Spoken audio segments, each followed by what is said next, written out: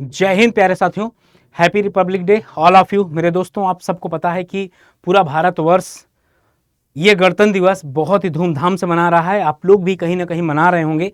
भाई, अगर देश सेवा, राष्ट्र सेवा करना है तो उसके पहले आप लोगों का जो सपना है वो आप एक इंजीनियर बनकर कर सकते हैं।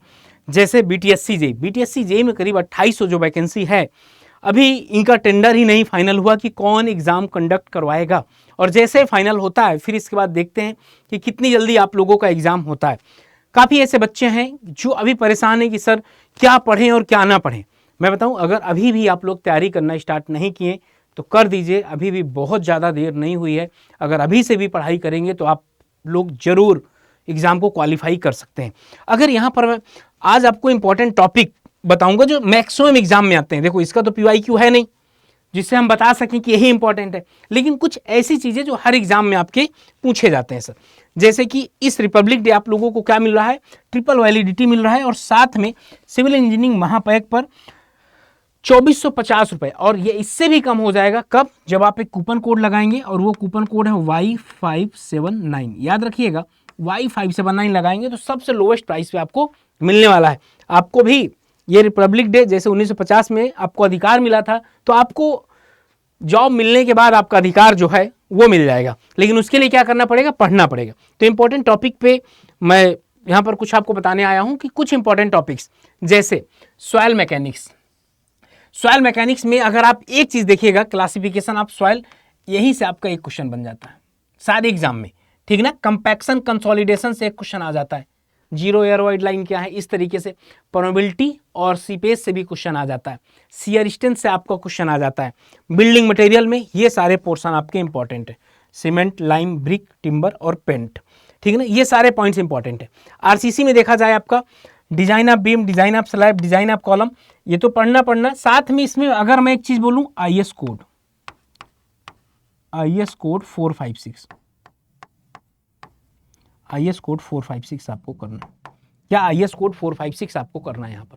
और एक चीज, मैकेनिक्स कर लीजिएगा, मैकेनिक्स आप लोग कर लीजिएगा। और अगर आप सोम बहुत अच्छे तरीके से कर लेंगे तो मैकेनिक्स में इधर उधर परेशान होने की जरूरत नहीं है। बचा हुआ टाइम, जैसे एक ऑटो कैड है, उसको इस वजह से यहां नहीं लिखा हूं मैं, ये अभी नहीं करना, तो आप ये सारे सब्जेक्ट देख लीजिए। जब आप पढ़िएगा तो ये सारे टॉपिक को ज्यादा फोकस करिएगा। अब जैसे यहां पर मैं बात करता हूं क्या, फ्लूइड मैकेनिक्स में फ्लो थ्रू पाइप में से एक क्वेश्चन आ जाता है। और इसमें से और ओसीएफ एक पॉइंट यहां पर लिख देता हूं, क्या ओसीएफ, ओपन चैनल फ्लो, क्योंकि इन्होंने कोई ऐसा सिलेबस दिया नहीं है। ये जो है ना, कोई ऐसा सिलेबस नहीं दिया कि आपसे पूछा जाएगा। बस इन्होंने बता दिया कि जो आपके डिप्लोमा के बेस्ड पर होगा। प्रॉपर्टी ऑफ फ्लूइड की property, fluid flow kinematics, hydraulic mechanics और फ्लो थ्रू पाइप, यहाँ से क्वेश्चन आ जाता है आपका। कई पाइप को मिला दिया गया और लॉसेस कहाँ पर कितना होगा, इसके बारे में भी यहाँ से क्वेश्चन आ जाता है। और सर्वेइंग की अगर बात किया जाए, सर्वेइंग तो भाई इंपॉर्टेंट है।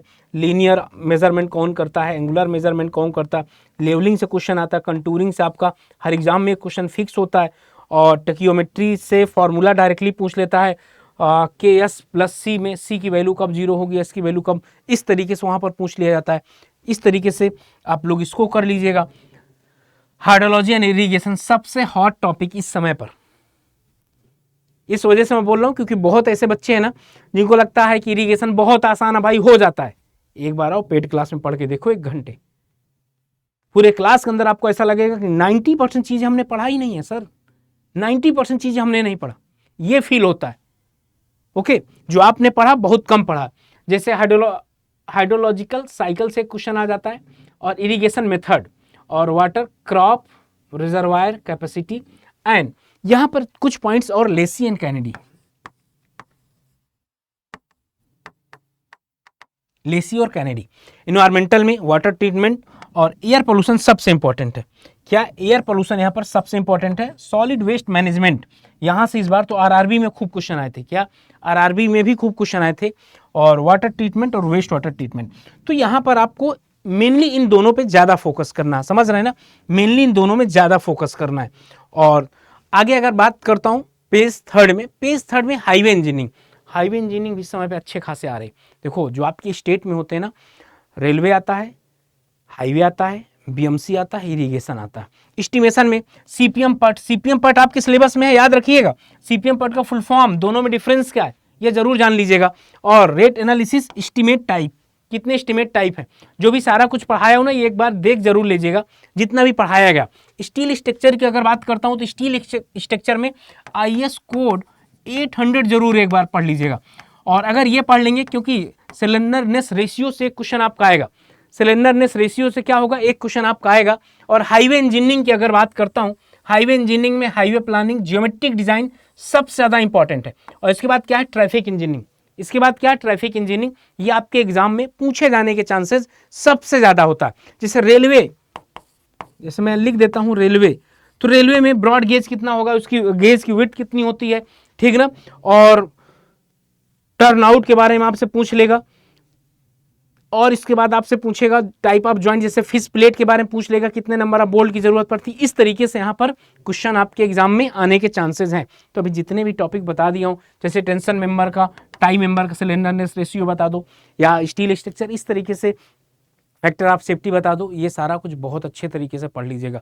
अगर ये सारे सब्जेक्ट आप बहुत अच्छे तरीके से पढ़ लोगे ना, तो मुझे यकीन है कि इस बार आप क्वालिफाई कर जाएंगे सर। और सबसे पहले आपके पास जो टाइमिंग है उसमें एक चीज़ सीखने का प्रयास करना, वो है क्या, कॉन्सेप्ट। अगर आप कॉन्सेप्ट पढ़ ले गए तो यकीन मानो आपसे क्वेश्चन सारे हो जाएंगे। और विदाउट कॉन्सेप्ट पढ़े अगर आप क्वेश्चन करोगे तो मुश्किल है। तो क्या है सर, मुश्किल है। हाँ, यहाँ पर अगर आपको कॉन्सेप्ट पढ़ना है तो ये एक बैच 12 जनवरी से स्टार्ट है।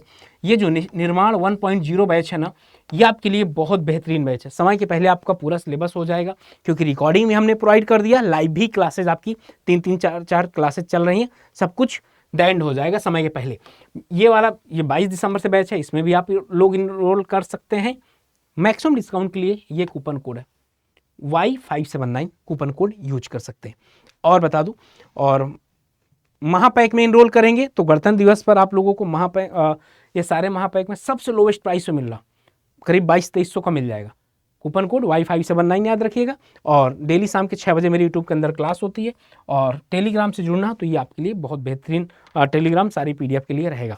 बाकी सेशन कैसा लगा कमेंट सेक्शन में बताइएगा। चैनल के अंदर नए हैं तो चैनल को सब्सक्राइब कर दीजिएगा। बाकी मिलते हैं आपसे, तब तक अपना ध्यान रखें, पढ़ाई करते रहें। Okay, bye bye, thank you and Jai Hind प्यारे साथियों।